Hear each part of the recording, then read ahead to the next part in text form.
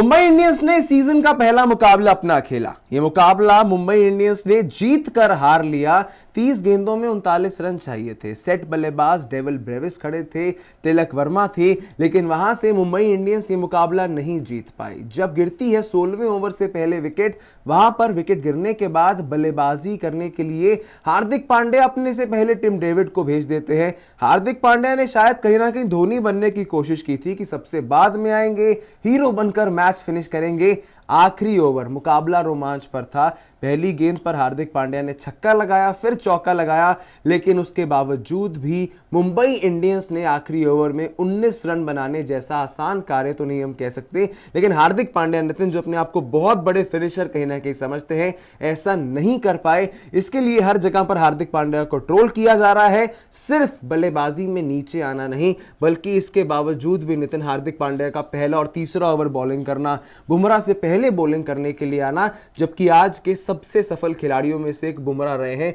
3 विकेटें उनके नाम पर रही हैं। नितिन, मुंबई इंडियंस, आप बहुत कोर फैन हैं। हार के बाद आपके मुंह पर रंग भी लग चुका है, जर्सी भी पूरी तरह से बिगड़ चुकी है, दिल भी जरूर टूटा होगा, लेकिन हार्दिक पांड्या बतौर कप्तान पहला मैच जो डिसीजंस लिए हैं, कहीं ना कहीं जरूर मुंबई इंडियंस की इस हार में आपके हिसाब से क्या हार्दिक का कितना बड़ा कारण है या कितना कम कारण है? यार, हार्दिक पांड्या के कारण जो मुंबई हारी, अगर उसकी बात करें तो डेफिनेटली हार्दिक के कुछ डिसीजंस ऐसे थे जो मुंबई को कॉस्ट कर गए। बाद में जब टोटलिटी में देखा, जब मैच खत्म हुआ, उसके बाद समझ आया कि वाकई में ऑन फील्ड हार्दिक ने कुछ ऐसे डिसीजन लिए। सबसे पहले तो जब बॉलिंग हो रही थी, बॉलिंग में आपको पता है कि आपके पास जसप्रीत बुमराह है, कॉटजी जैसे बॉलर्स हैं आपके पास, तो आप उनको नई बॉल दोगे, उनसे आप बॉलिंग करवाओगे ताकि पावर प्ले में कोई ओपोनेंट टीम जो है वो फायदा ना उठा पाए।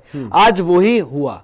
हार्दिक पांड्या ने क्या किया भाई, अपने आप बॉल लेकर आ गए और उन्होंने मौका जो है वो दे दिया ओपोनेंट को, गुजरात टाइटंस की टीम को। और जबकि होना क्या चाहिए था कि भाई बुमराह से शुरुआत करते, कॉटजी से शुरुआत करते, जो पावर प्ले में बाद में आकर बुमराह ने विकेट ली, वो पहले दूसरे ओवर में झटका दे देते। साहा की जो विकेट बाद में आकर उन्होंने ली, उसके बाद जब पता लग गया कि भाई शुरू में ही 2 ओवर उन्होंने डाल दिए, रन पड़ गए, नहीं दिल लग रहा है, देन अगेन वो आए और वहां पर भी उन्होंने रन खाए। तो पहले तो उनका खुद का ये डिसीजन कि यार मुझे बॉलिंग करनी है, और जो टारगेट 170 तक पहुंच गया वो 150 हो सकता था उनके रन अगर वो ना खाते। प्लस हार्दिक पांड्या जब बल्लेबाजी करने आए, जिस पोजीशन पे हार्दिक पांड्या बल्लेबाजी करने आए, उसके ऊपर भी सवाल है भाई, क्योंकि टिम डेविड को आपने ऊपर भेज दिया, तिलक को आपने ऊपर भेज दिया।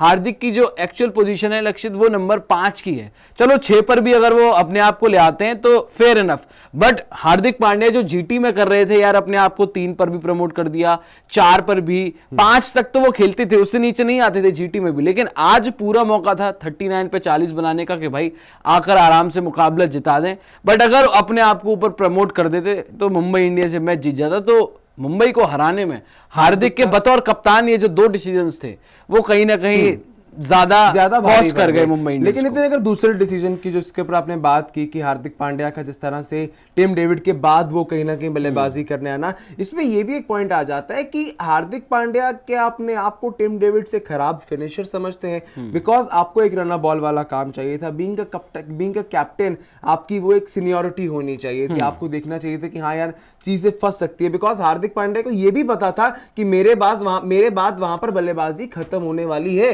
बैटिंग है नहीं है। तो अगर हार्दिक पांड्या पहले जाते, बीइंग अ कैप्टन, आप सीनियोरिटी लेते अपनी, वहां पर चीजों को खत्म करते, आपको ही आश्वासन होता कि मैं जा रहा हूं, चीजों को खत्म करके आऊंगा, अगर कुछ हो गया तो मेरे बाद टिम डेविड भी वहां पर मौजूद है। तो हार्दिक पांड्या का 3 ओवर वहां पर एक तरह से आप कह सकते हैं जो बॉलिंग करना, वहां महंगे गए, बार बार विकेट लेने की कोशिश, अपने आप को सही प्रूव करना चाहते थे, लेकिन जब बैटिंग में टीम फंसी हुई थी तो हार्दिक पांड्या ने अपने से बेहतर मैच फिनिशर कहीं ना कहीं टिम डेविड को समझ लिया। अब यहां पर मैच के लिहाज से बात हो गई कि जहां हार्दिक पांड्या की गलतियां रही, पर नितिन एक और बात है जिसके ऊपर डिस्कशन करनी जरूरी है कि फैंस जिस तरह से हार्दिक पांड्या के ऊपर सवाल उठा रहे हैं, क्योंकि एक बल्लेबाज जिसने सिर्फ 1 या 2 गेंदें खेली थी, 6 गेंदों में 19 रन आपको वहां पर कहीं ना कहीं बनाने थे, वो भी एक दिक्कत होती है। और जिस तरह से हार्दिक पांड्या को बू किया गया था टॉस के टाइम पर, गुजरात के फैंस उतना कुछ हार्दिक पांड्या के समर्थन में नहीं थे, बिकॉज हार्दिक पांड्या ने फाइनल में पहुंचाने के बाद, एक ट्रॉफी जीतने के बाद टीम का साथ छोड़ा।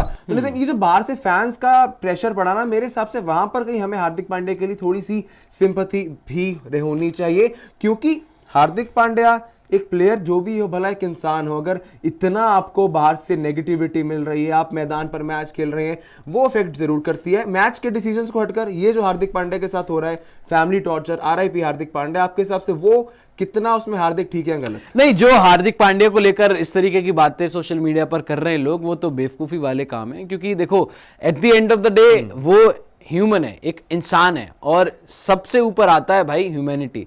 तो आपको इंसानियत दिखानी पड़ती है।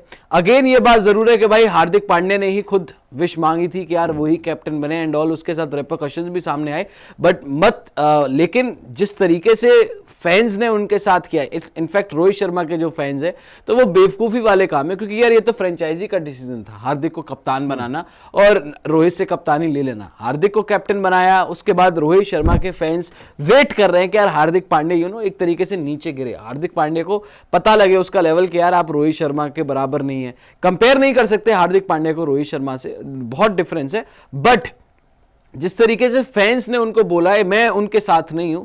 हाँ, आप क्रिटिसिज्म कर सकते हो हार्दिक पांड्या की गेम के पॉइंट ऑफ व्यू से, लेकिन ह्यूमन लेवल से अगर मैं बात करूं, ह्यूमैनिटी के अगर मैं एंगल से बात करूं, तो यहां पर हार्दिक पांड्या के साथ इस तरीके का सलूक और वो प्रेशर भी दिखा। लक्षित, आप देखें ना कि जिस तरीके से बू किया गया हार्दिक को आज के मुकाबले में, और उसके साथ साथ रोहित शर्मा के रन आए तो फैंस और खुश हो गए। जो लोग वेट कर रहे थे कि रोहित रन बना ले और हार्दिक नहीं कर पाए उस तरीके से परफॉर्म जैसे वो जीटी में करते थे, रोहित के रन आ गए, उसको बू भी कर दिया हार्दिक पांड्या को, और उसका दिन भी अच्छा नहीं गया। बॉलिंग में भी 3 ओवर कराए, 30 रन दे दिए, तो कहीं ना कहीं उसका भी इंपैक्ट पड़ा। और हार्दिक पांड्या को घबराते हुए देखा मैंने, अपने आप को नंबर 7 पर वो लेकर आ रहे हैं। वहीं पिछले साल तक जीटी के लिए नंबर 4-5 पर भी बैटिंग कर रहे थे, वहां रिस्पॉन्सिबिलिटी लेते थे। आज रिस्पॉन्सिबिलिटी से कहीं ना कहीं छुपते हुए नजर आए, भागते हुए नजर आए कि यार बाकी की टीम कर ले, टिम डेविड कर ले, वर्मा कर ले, रोहित कर ले, फलाना कर ले।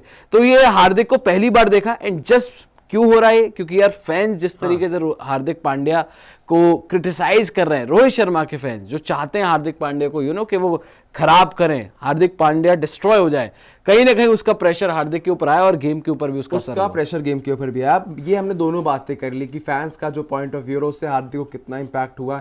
गेम के लिहाज में हार्दिक पांड्या ने जो गलतियां की हैं आज, कहीं ना कहीं जहां जीता हुआ मैच एमआई हार गया, लेकिन मैच खत्म होने के बाद हम सभी के सामने एक तस्वीर भी आई जो बहुत पॉजिटिव संकेत देती है।